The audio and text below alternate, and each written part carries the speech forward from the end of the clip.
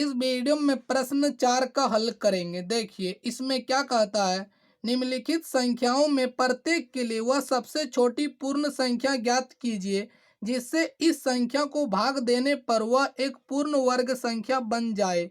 ज्ञात की गई संख्या का वर्गमूल भी ज्ञात कीजिए।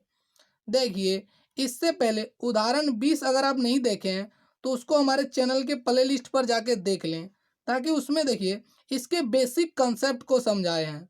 ठीक है, तो देखिए इसको हल करते हैं। देखिए भाग एक में कितना दिया हुआ है, 2925। तो देखिए सबसे पहले क्या करेंगे, इसका अभाज्य गुणनखंडन ज्ञात करेंगे।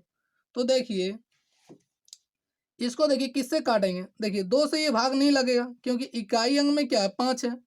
विवायता नियम में हम लोग क्या जानते हैं, इकाई अंग में अगर 0, 2, 4, 6, 8 रहे तो वह 2 से भाग लगेगा, 2 से नहीं लगेगा। तो देखिए 3 से भाग लगने के लिए क्या करेंगे, अंकों का योग करेंगे। 5 2 7, 2 9 9 18, यानी जोड़ने पर अगर 18 हो रहा तो ये 3 से भाग लग जाएगा। 3 छक 18, इसका मतलब ये 3 से कटेगा। ठीक है, तो यहाँ से देखिए 3 नम 27, 2 इधर आएगा तो 22 हो जाएगा। 3 सत्ते 21, एक इधर आएगा 15, तो 3 पचे 15। ठीक है, अब देखिए देखिए 9 7 16 5 21, ये भी 3 से कट जाएगा। 3 तिया 9, 3 दूनी 6, 3 पचे 15। अब देखिए 5 2 7 3 10, तो देखिए ये 3 से नहीं कटेगा क्योंकि अंकों का योग 10 हो रहा। 5 2 7 3 10, तो 5 से काटेंगे, 5 से कट जाएगा क्योंकि इकाई अंग में 5 है। देखिए 5 छक 30, यहाँ 2 बचेगा 25, 5 पचे 25। फिर इसको 5 से काटेंगे तो 13, देखिए 13 पचे 65। ठीक है, तो देखिए इसको इस प्रकार लिखना है। देखिए 2925, इसका अभाज्य गुणनखंडन क्या प्राप्त हो गया, 3 गुना 3 गुना 5 गुना 5 गुना 13। ठीक है, देखिए ये पूर्ण वर्ग संख्या नहीं है क्योंकि और एक तो 13 अगर यहाँ प्राप्त हो जाता तो ये पूर्ण वर्ग संख्या होता। कहता है इसको भाग देना है, किससे भाग देंगे, वह सबसे छोटी संख्या ज्ञात करना है जिससे इसको भाग देने पर जो भागफल प्राप्त होगा वह एक पूर्ण वर्ग संख्या होगा, और फिर उसका वर्गमूल निकालना है, जो कि उदाहरण 20 में एकदम क्लियर किए हैं। इसीलिए उस आपको बोले उसको देख लें। देखिए यहाँ अभाज्य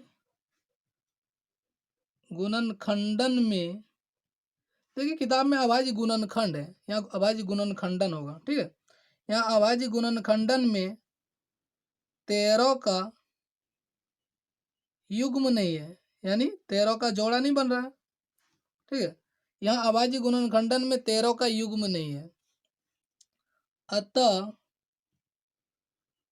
वह सबसे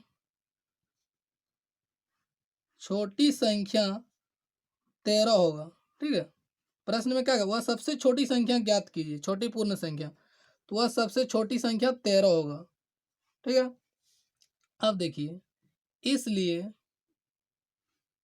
पूर्ण वर्ग संख्या, देखिए पूर्ण वर्ग संख्या क्या होगा, यानी इसको देखिए ये 2925 को किससे भाग देंगे, इस 13 से।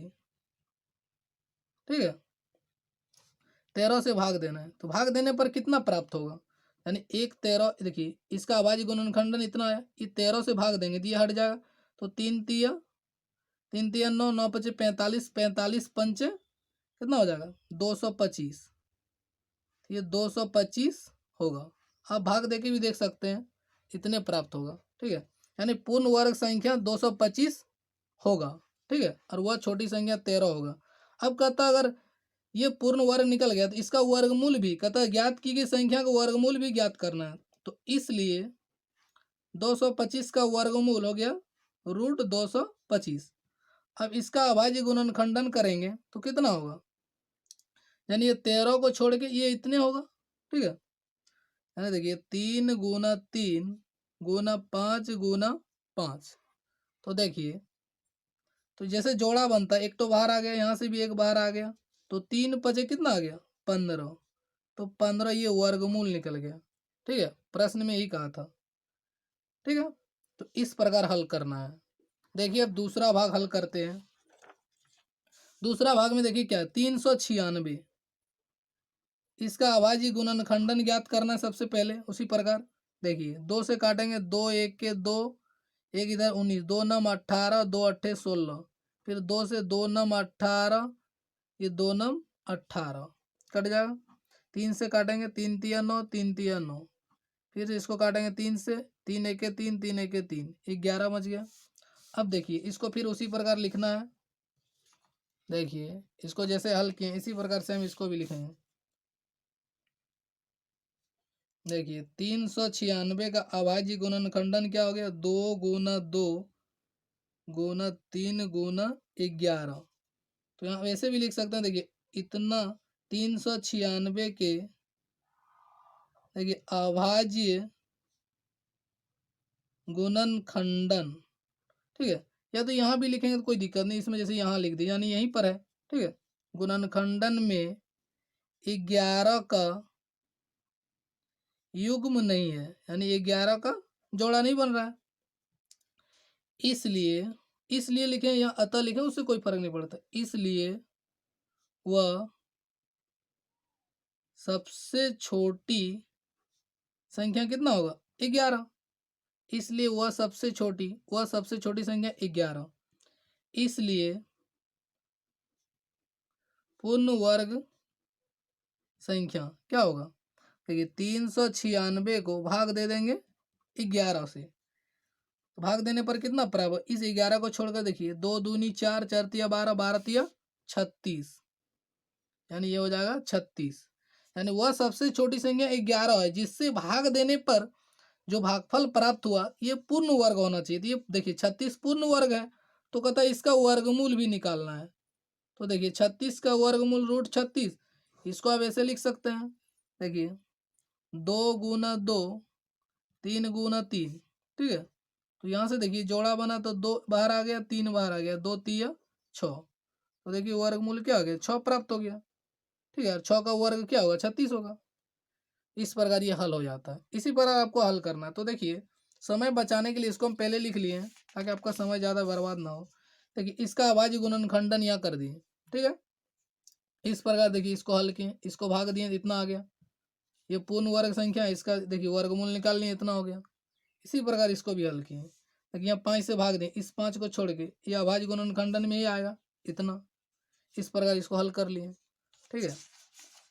उसी प्रकार इसको भी देखिए इसका अभाज्य गुणनखंडन यहाँ ज्ञात किए, फिर वह सबसे छोटी संख्या 7 होगा, ठीक है। पूर्ण वर्ग संख्या इतना हो गया, इसका वर्गमूल 20 आ गया।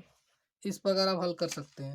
और तीसरा भाग इसी प्रकार देखिए यहाँ अभाज्य गुणनखंडन में 3 का युग्म नहीं बन रहा, देखिए इसका युग्म नहीं बन रहा, यहाँ युग्म बन गया, यहाँ देखिए। तो देखिए अतः वह छोटी संख्या कितना होगा, 3, इसलिए पूर्ण वर्ग संख्या आ गया इतना, इसका वर्गमूल निकाल लिए 56।